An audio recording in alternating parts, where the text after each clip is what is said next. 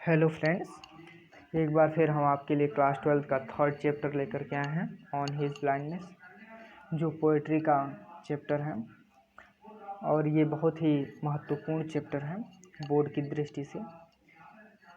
तो चलिए देखते हैं। जॉन मिल्टन का जन्म 1608 ईस्वी में हुआ था और उनकी मृत्यु 1674 ईस्वी में, और 44 वर्ष की आयु में इनकी आंखों की रोशनी चली गई थी। तब इन्होंने इस पोयम को लिखा था, तो इस नाते भी ये बहुत ही महत्वपूर्ण है। तो चलिए पोयम को देखते हैं। When I considered how my light is spent, जब मैं सोचता हूँ कि कैसे मेरे आँखों की रोशनी चली गई। एर हाफ माई डेज, मेरे आधे जीवन से पहले। एर का मतलब होता है before. In this dark world and wide, और इस अंधेरे में ये संसार और भी बड़ा हो गया है। एंड दैट वन टैलेंट, और मेरे पास एक गुण है। ये कविता लिखने की गुण की बात कर रहे हैं कि अंधे हो गए हैं फिर भी इनके पास एक गुण भगवान ने दिया है कविता लिखने का। एंड दैट वन टैलेंट, मेरे पास एक गुण है। Which is death to hide, जो मृत्यु तक मेरे पास छुपा रहेगा, अर्थात मैं इसका प्रयोग नहीं कर पाऊँगा। लॉर्ड्स विथ मी यूजलेस, और ये मेरे पास पड़ा रहेगा और मैं इसका उपयोग नहीं कर पाऊँगा। दाउ माई सोल मोर बेंट, दाउ का मतलब होता है अगर ऐसा है भी। अगर ऐसा है भी तो मैं इस बात से बहुत उत्सुक हूँ।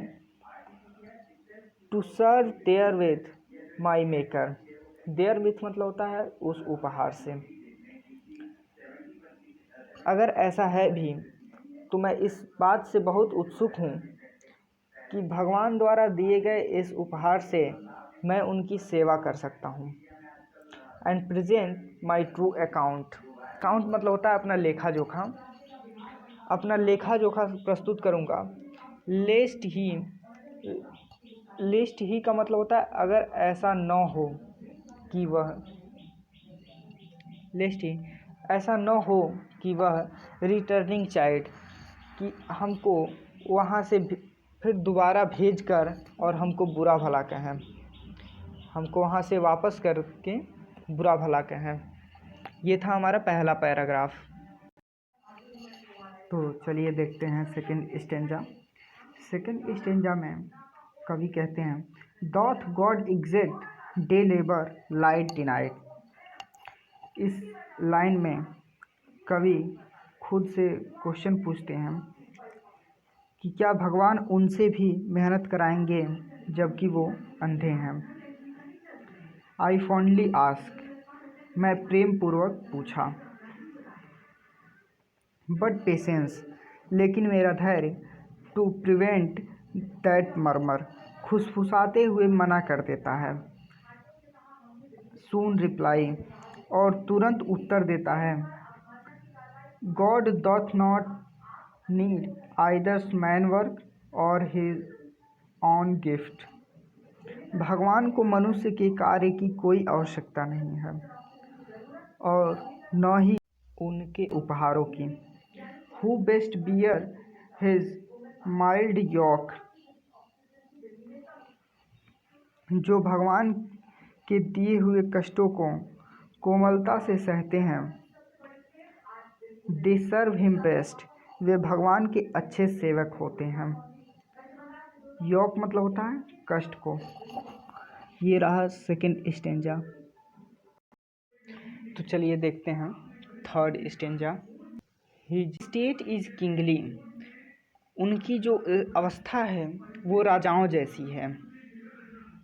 Thousand and his bidding speed, हजारों की संख्या में जो वहाँ पे देवदूत हैं वो हजारों की संख्या में बहुत तेज़ी के साथ।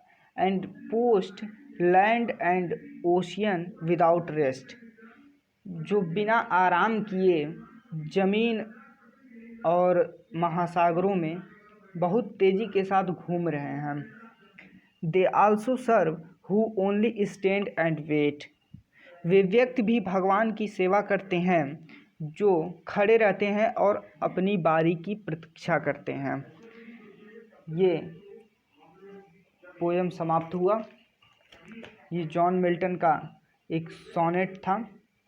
धन्यवाद।